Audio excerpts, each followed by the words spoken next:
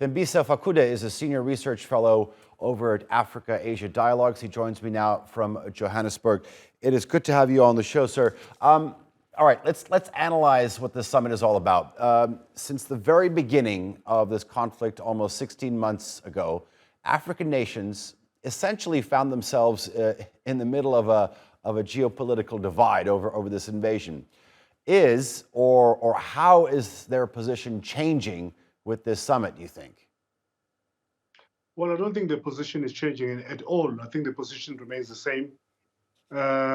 Most of them do support, even though they've not said so, but they sit on the fence in this regard, which has been interpreted by many people as support of Vladimir Putin.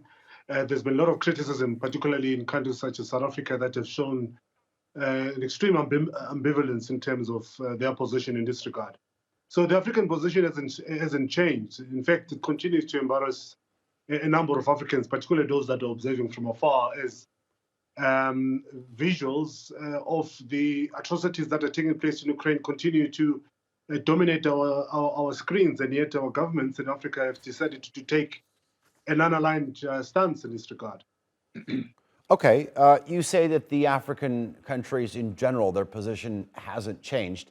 One of the major complaints about the Black Sea grain deal was that it wasn't being distributed. These hundreds of thousands of tons of grain going to other countries in a non-equitable manner. I mean, the fact that President Putin has come out and said that we're going to be giving away tens of thousands of tons of grain to about a half a dozen countries on the continent, it's going to have some sway in terms of opinion.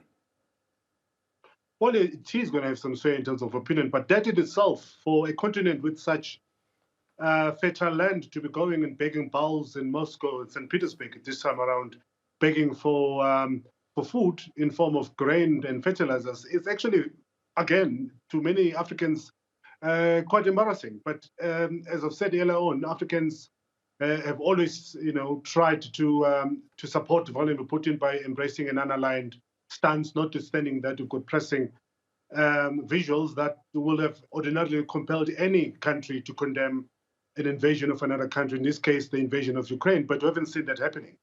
And again, the fact that you have Vladimir Putin inviting 54 independent countries to St. Petersburg, that in itself is problematic, because Africa, by the way, is not a country.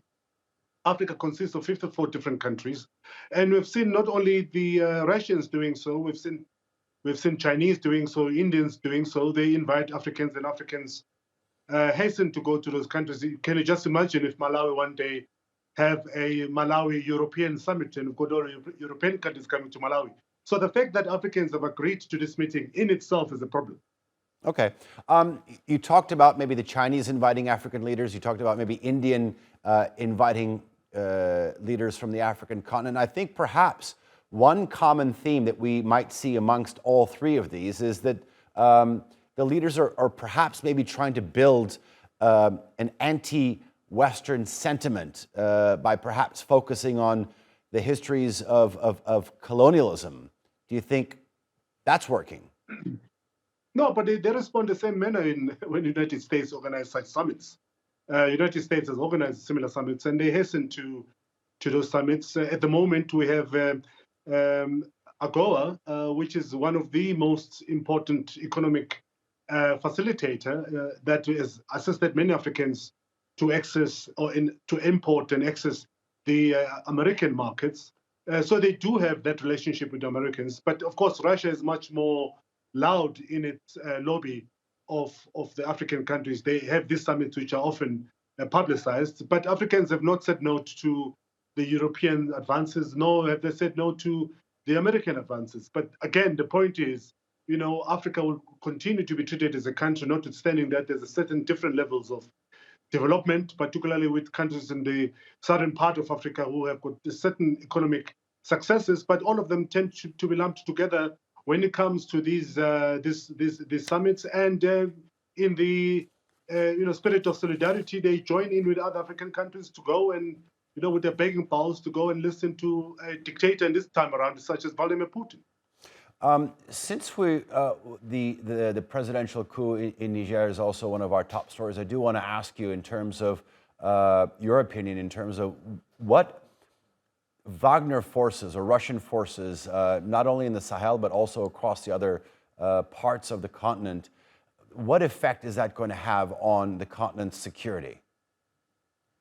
Well, Wagner is doing business in Africa. They are businessmen, they're mercenaries, soldiers of fortune. We know that they're involved in Central African Republic, they're involved in Mali. They're currently destabilizing Sudan.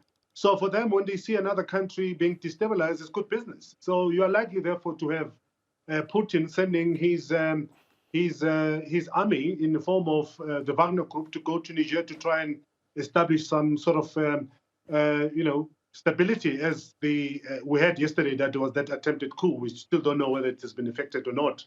But definitely, Putin will see this as an opportunity. The Wagner Group is likely now to feature in Niger. One wonders what the African countries are going to say, or are they going to raise this issue with Vladimir Putin in St. Petersburg?